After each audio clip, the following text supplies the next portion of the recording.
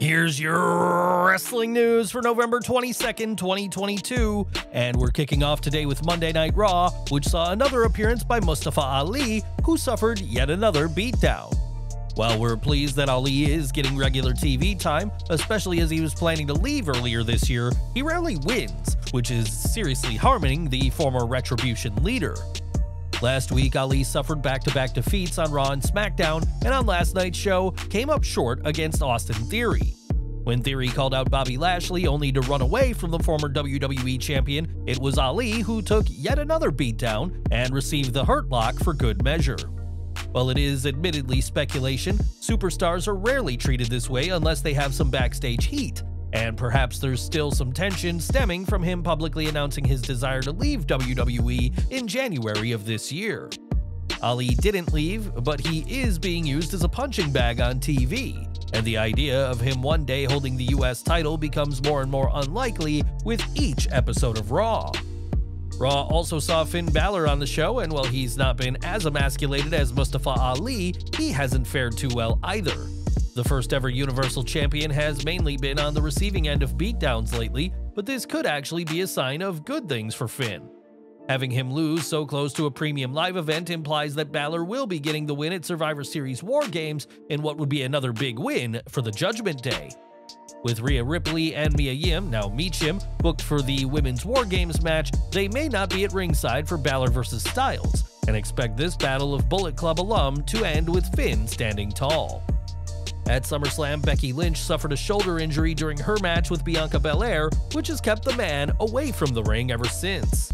Not only has Lynch not been wrestling, but she hasn't been on WWE TV since the post-SummerSlam episode of Monday Night Raw, but that will be changing soon enough.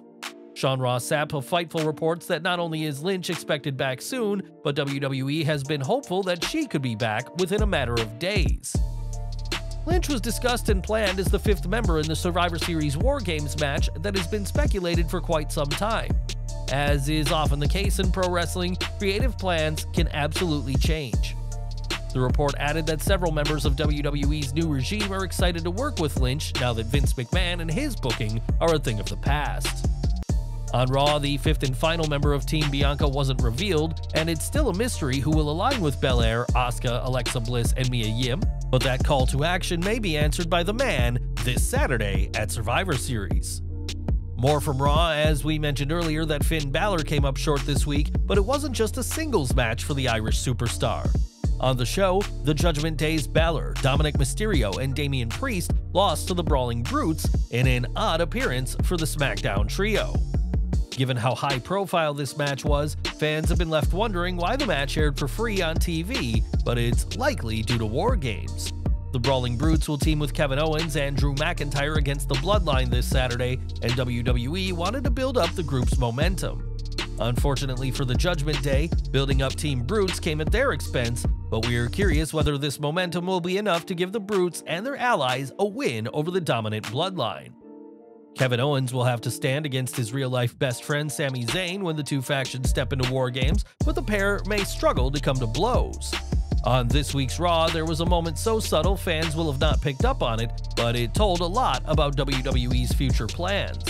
When Sheamus vowed to make sure that Sami Zayn his Usi pants, Owens looked at him and he wasn't happy with the dig at his friend. Last week, Owens' confrontation with Zayn on SmackDown made for a tense moment, and WWE is seemingly planting the seeds for an eventual reunion. That reunion is happening, the only question now is when, and whether the reunited Canadians could be the ones to dethrone the Usos. It was at September 2021's All Out pay-per-view that Bryan Danielson made his AEW debut, mere months after finishing up his time with WWE as Daniel Bryan. Danielson's debut also came over 5 years after he was forced into retirement due to neck issues, but the former WWE champion realizes that his time in the ring will end one day again. Speaking on One Fall with Ron Funches, Danielson addressed his AEW contract, believed to be a 3-year deal, and was asked if he has a dream final match in mind. "No, I don't have a dream scenario for my final match. I would like to wrestle a match 2 weeks before I die, right? And to not know that it's my last match, that would kind of be my ideal situation, but I'm not going to be a full-time wrestler for much longer."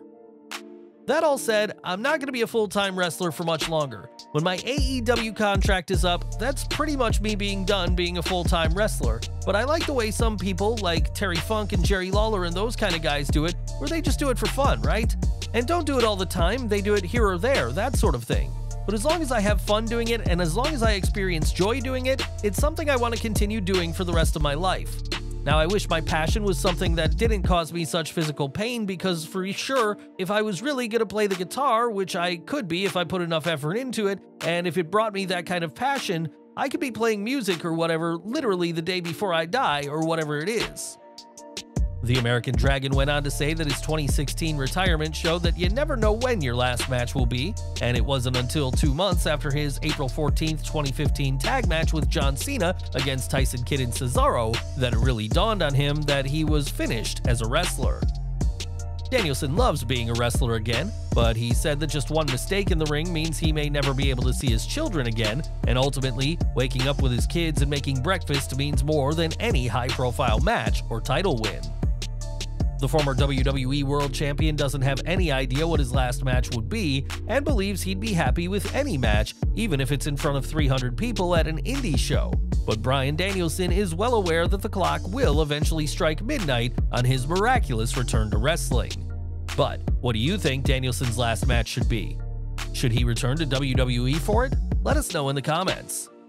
More from AEW, as Andrade El Idolo hasn't appeared on TV for some time and was sent home from the company last month. Andrade has been openly critical of AEW, even teasing leaving multiple times, and the decision to send him home came after he decided to attack Sammy Guevara backstage. Guevara chose not to fight back during the backstage altercation and thus wasn't sent home from AEW, and now El Idolo has once again teased leaving. On Instagram, Andrade said goodbye and thank you to the fans, which many took as a sign of his departure from AEW.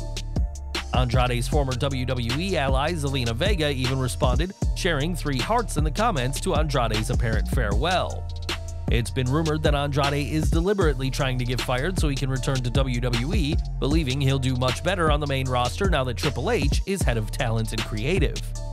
If so, the flaw in Andrade's plan is that the game probably doesn't want someone who picks fights backstage and trashes the company he works for, so it remains to be seen what the future holds for Andrade El Idolo. At AEW Full Gear, CM Punk wasn't on the show, but his name was certainly used by fans in a very unflattering way. During the Elite's return match, the crowd chanted CM Punk, making it clear they have turned on the former world champion given what happened at All Out. There was a time when nobody in AEW was allowed to address what happened after the infamous September pay-per-view, but that has since changed. On the return episode of Being the Elite, the chants about Punk were highlighted as a clear shot at the Chicago-made wrestler. Given that the Elite are back on TV and there's still no sign of Punk, it's clear that the company is looking to move on from CM Punk, but not before they have some fun with the crowd from Full Gear. And we're ending with more AEW Full Gear, as Jade Cargill has been an undeniable force of nature in the company, but the undefeated TBS champion isn't immune from injury. Speaking during Wrestling Observer Live, Brian Alvarez said he believes an injury took place during the not very good match, but didn't confirm if it was for Cargill or for her opponent Nyla Rose. Neither woman has publicly stated that they are injured, but we are certainly hoping for the best for both AEW wrestlers. Well guys, that's our news for today. Please share your comments below. Also hit the like button, subscribe to our channel, and hit the bell icon to receive all notifications. And as always, thanks for watching.